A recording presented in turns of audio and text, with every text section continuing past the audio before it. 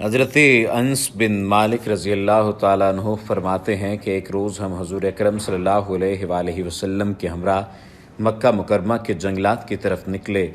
ہم تہامہ پہاڑوں کے ایک پہاڑ پر بیٹھے تھے کہ ایک بوڑھا شخص نمودار ہوا جو اپنی لاٹھی کے سہارے چل رہا تھا۔ اس نے حضور اکرم صلی اللہ علیہ وآلہ وسلم کو سلام کیا۔ آپ نے سلام کا جواب دیا اور فرمایا، یہ بوڑھا اپنی چال اور آواز سے جن معلوم ہوتا ہے۔ پھر آپ نے اس سے دریافت کیا تو کون ہے؟ اس نے عرض کیا، حضور میں جن ہوں، میرا نام حامہ بن حیم بن لاقیس بن ابلیس ہے۔ حضور اکرم صلی اللہ علیہ وآلہ وسلم نے فرمایا کہ میں تیرے اور شیطان کے درمیان صرف 2 پشتوں کا فاصلہ دیکھ رہا ہوں، تیری عمر کتنی ہے؟ اس نے کہا، یا رسول اللہ صلی اللہ علیہ وآلہ وسلم، جتنی عمر دنیا کی ہے اتنی ہی میری عمر ہے یا اس سے کچھ کم۔ اس کے بعد رسول اللہ صلی اللہ علیہ وآلہ وسلم سے کیا گفتگو ہوئی، آج کی اس ویڈیو میں اس پر روشنی ڈالی جائے گی اور ساتھ ہی ساتھ شیطان کے 5 اہم ساتھیوں کے بارے میں بھی آپ کو آگاہ کیا جائے گا۔ لیکن اگر آپ نے ابھی تک ہمارے چینل کو سبسکرائب نہیں کیا تو سبسکرپشن کا بٹن دبا کر سبسکرائب کر لیجئے، اور ساتھ ہی ساتھ اس بات کو بھی یقینی بنائیے کہ اگر آپ نے ابھی تک رسول اللہ صلی اللہ علیہ وآلہ وسلم کی ذات اقدس پر درود شریف کا ہدیہ پیش نہیں کیا تو آپ بھی درود پاک پڑھ لیجئے۔ اللہم صلی علی محمد النبی الامی وعلی آلہ وبارک وسلم تسلیما۔ اللہم صلی علی محمد النبی الامی وعلی آلہ وبارک وسلم تسلیما۔ اللہم صلی وسلم علی النبی الطاہر۔ ابلیس کون ہے؟ یہ ایک عمومی سوال پوچھا جاتا ہے۔ ابلیس کا اصلی نام عزازیل ہے۔ ابلیس کی کنیت ابو قیطر یعنی تکبر کا باپ ہے۔ ابلیس کے لفظی معنی انتہائی مایوس کے ہیں۔ اصطلاحاً یہ اس جن کا نام ہے جس نے اللہ کے حکم کی نافرمانی کر کے آدم علیہ السلام اور نبی آدم علیہ السلام کے لیے مطیع و مسخر ہونے سے انکار کر دیا تھا۔ ابلیس کو انسان پر کوئی اختیار حاصل نہیں کہ وہ زبردستی سے کھینچ کر اپنی راہ پر لے جائے، وہ صرف بہلانے پھسلانے سے کام لے سکتا ہے۔ شیطان کے 5 اہم ساتھی ہیں جن کے نام اگر بتائے جائیں تو سب سے پہلا اور اہم نام صبر ہے۔ اس کے اختیار میں مصیبتوں کا کاروبار ہے جس میں لوگ ہائے واویلا کرتے ہیں اور گریبان پھاڑتے اور منہ پر تماچے مارتے ہیں اور جاہلیت کے نعرے لگاتے ہیں۔ دوسرا اس کا ساتھی عور ہے، یہ لوگوں کو بدی کا مرتکب کرتا ہے اور اسے ان پر اچھا اور پسندیدہ کر کے دکھاتا ہے۔ تیسرا شخص مسوت ہے، شخص سے مراد تیسرا شیطان جو اس کا ساتھی ہے، عام ساتھی ہے، وہ مسوت ہے۔ یہ کذب اور دروغ پر مامور ہے جسے لوگ کان لگا کر سنیں۔ یہ انسانوں کی شکل میں آ کر ان سے ملتا ہے اور انہیں فساد برپا کرنے کی جھوٹی خبریں سناتا ہے۔ چوتھا شیطان کا ساتھی داسم ہے، یہ آدمی کے ساتھ گھر میں داخل ہوتا ہے اور گھر والوں کے عیب دکھاتا ہے اور ان پر غضب کرتا ہے۔ پانچواں ساتھی ذکنیور ہے، یہ بازاروں کا مختار ہے، بازاروں میں آ کر یہ قسم قسم کی بدی اور بددیانتی کے جھنڈے گاڑتا ہے۔ ان معلومات کا ماخذ بہت سارے لوگ پوچھیں گے کہ یہ معلومات آپ نے کہاں سے لی ہیں، یا بہت سارے لوگ پوچھیں گے کہ آپ کس طرح سے ان باتوں کا دعویٰ کر سکتے ہیں۔ ان معلومات کا ماخذ حضرت سیدنا شیخ عبد القادر جیلانی الگیلانی رحمۃ اللہ تعالی علیہ کی تصنیف لطیف غنیۃ الطالبین ہے۔ اب اگر ذکر کیا جائے اس ملاقات کا اور اس ملاقات کی گفتگو کا ذکر کرتے ہوئے اس کے بعد جو شیطانی وسوسے ہیں کیوں آتے ہیں، کس طرح سے ان سے بچا جاتا ہے، اس پر روشنی ڈالیں گے۔ جب رسول اللہ صلی اللہ علیہ وآلہ وسلم نے ان سے پوچھا، اس شخص سے پوچھا، اس شیطان سے پوچھا کہ تمہارے درمیان تو صرف 2 پشتوں کا فاصلہ ہے شیطان سے، تیری عمر کتنی ہے؟ تو اس نے کہا، یا رسول اللہ صلی اللہ علیہ وآلہ وسلم، جتنی عمر دنیا کی ہے اتنی ہی میری عمر ہے یا اس سے کچھ کم۔ جن دنوں قابیل نے حابیل کو قتل کیا تھا اس وقت میری عمر چند برس کی تھی، میں پہاڑوں میں دوڑتا پھرتا تھا اور لوگوں کے دلوں میں وسوسے ڈال دیا کرتا تھا۔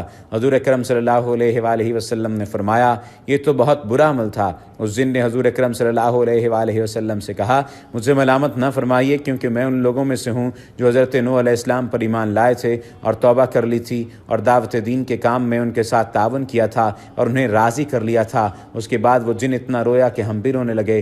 اس جن نے کہا، اللہ کی قسم میں بہت شرمندہ ہوں اور میں اللہ کی پناہ مانگتا ہوں اس بات سے کہ میں کافر رہوں۔ نیز میں نے حضرت ہود علیہ السلام سے ملاقات کی اور بعد میں ایمان لایا، اس طرح میں نے حضرت ابراہیم علیہ السلام سے بھی ملاقات کی ہے، اور جس وقت حضرت ابراہیم علیہ السلام کو آگ میں ڈالا جا رہا تھا میں بھی ان کے ساتھ تھا، اور جب حضرت یوسف علیہ السلام کو کنویں میں ڈالا گیا تو میں بھی ان کے ساتھ تھا اور حضرت یوسف علیہ السلام سے پہلے اس کنویں میں پہنچ گیا تھا۔ اسی طرح حضرت شعیب علیہ السلام اور حضرت موسیٰ علیہ السلام سے بھی میری ملاقات ہوئی ہے، تو انہوں نے مجھے تورات سکھائی تھی اور فرمایا تھا اگر تم عیسیٰ علیہ السلام سے ملاقات کرو تو ان کو میرا سلام کہنا۔ جب میری ملاقات حضرت عیسیٰ علیہ السلام سے ہوئی تو میں نے موسیٰ علیہ السلام کا سلام ان تک پہنچایا۔ حضرت عیسیٰ علیہ السلام سے ملاقات کے وقت انہوں نے مجھ سے فرمایا تھا کہ اگر تیری ملاقات محمد رسول اللہ صلی اللہ علیہ وآلہ وسلم سے ہو تو ان کی خدمت میں میرا سلام عرض کر دینا۔ چنانچہ میں اس امانت سے سبکدوش ہونے کے لیے آپ کی خدمت میں حاضر ہوا ہوں اور حضرت عیسیٰ علیہ السلام کا سلام آپ کی خدمت میں پیش کرتا ہوں اور آپ صلی اللہ علیہ وآلہ وسلم پر ایمان لاتا ہوں۔ حضور اکرم صلی اللہ علیہ وآلہ وسلم نے جب یہ پیغام سنا تو آپ کے آنسو آ گئے۔ آپ نے فرمایا عیسیٰ علیہ السلام پر سلام ہو اور اے حامہ امانت پہنچانے کی وجہ سے تجھ پر بھی سلام ہو، تیری حاجت کیا ہے اے حامہ؟ اس دن نے عرض کیا کہ حضرت موسیٰ علیہ السلام نے مجھے تورات سکھائی تھی اور حضرت عیسیٰ علیہ السلام نے مجھے انجیل سکھائی تھی، بس آپ صلی اللہ علیہ وآلہ وسلم مجھے قرآن سکھا دیجئے۔ چنانچہ حضور نبی کریم صلی اللہ علیہ وآلہ وسلم نے اس دن کو قرآن مجید کی تعلیم فرمائی اور اس کو سورہ واقعہ، سورہ مرسلات، سورہ سورہ یتسالون، سورہ اذا الشمس کورت، معوذ اور قل هو اللہ احد سکھلائیں اور فرمایا کہ اے حامہ جس وقت تمہیں کوئی حاجت ہو میرے پاس آ جانا اور ہم سے ملاقات نہ چھوڑنا۔ ایک روایت میں ہے کہ حضور اکرم صلی اللہ علیہ وآلہ وسلم نے اس دن کو صرف 10 صورتیں سکھائی تھیں۔ حضور اکرم صلی اللہ علیہ وآلہ وسلم اس دنیا سے پردہ فرما گئے، لیکن اس واقعے کے بعد حامہ کے بارے میں بھی پھر کچھ نہیں فرمایا۔ خدا جانے حامہ اب بھی زندہ ہے یا مر گیا۔ یہ حیات الحیوان میں کتاب میں درج ہے اور حیات الحیوان سے اسے ماخذ کیا گیا ہے۔ اس کا ماخوذ یعنی اس پورے واقعے کا جو ماخذ ہے یہ حیات الحیوان نامی کتاب سے ماخذ ہے اور 521 اور 522 نمبر صفحے پر یہ تمام تر واقعہ درج ہے۔ اگر ذکر کیا جائے وجود شیطان کا تو ابلیس اور شیطان ایک ہی شخصیت کی پہچان ہیں۔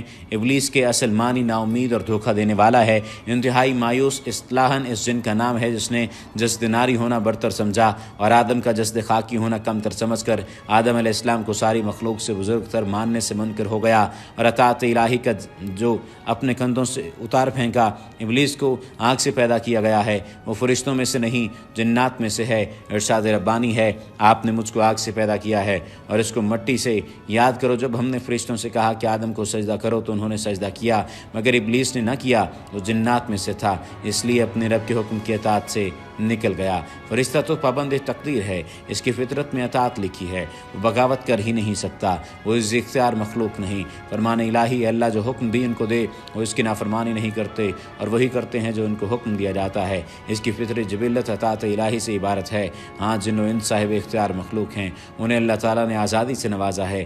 آزادی میں شیطان اور انسان کا امتحان ہے کہ وہ شمع اطاعت کی طرف آتا ہے یا شعلہ بغاوت کی طرف۔ مذکورہ بالا آیات کی روشنی میں اس بات کی نفی ہو جاتی ہے جو عوام الناس کی ورد زبان ہو گئی ہے کہ ابلیس فرشتوں میں سے تھا اور ایسا ویسا بھی نہیں بلکہ انتہائی قریب تر، مقرب، معلم الملکوت کے منصب پر فائز، بزرگ و برتر، سب سے اعلیٰ، سب سے بہتر، اللہ کا منظور نظر فرمان الہی ہے۔ تم دیکھو گے کہ اس حالت میں یہ ہر خیر سے مایوس ہیں۔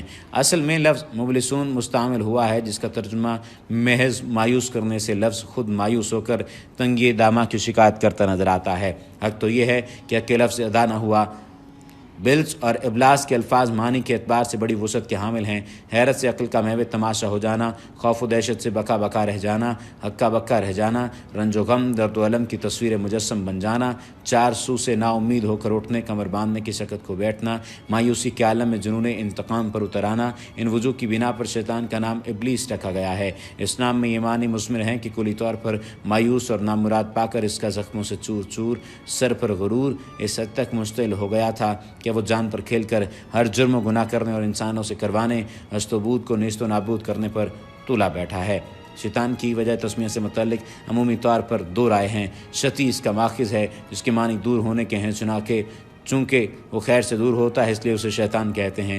یہ شیط سے ماخوذ ہے جس کے معنی جلنے کے ہیں، چونکہ اس کا تخلیقی مادہ آگ ہے اور کاتب تقدیر نے اس کی قسمت میں آگ لکھی ہے اس لیے اس کو شیطان کہا گیا۔ امام احمد اور نسائی حضرت ابو ذر سے روایت نقل کرتے ہیں کہ میں نبی اکرم صلی اللہ علیہ وآلہ وسلم کی خدمت میں حاضر ہوا۔ آپ صلی اللہ علیہ وآلہ وسلم مسجد میں تشریف فرما تھے۔ فرمایا ابو ذر تم نے نماز پڑھی؟ میں نے عرض کیا نہیں پڑھی۔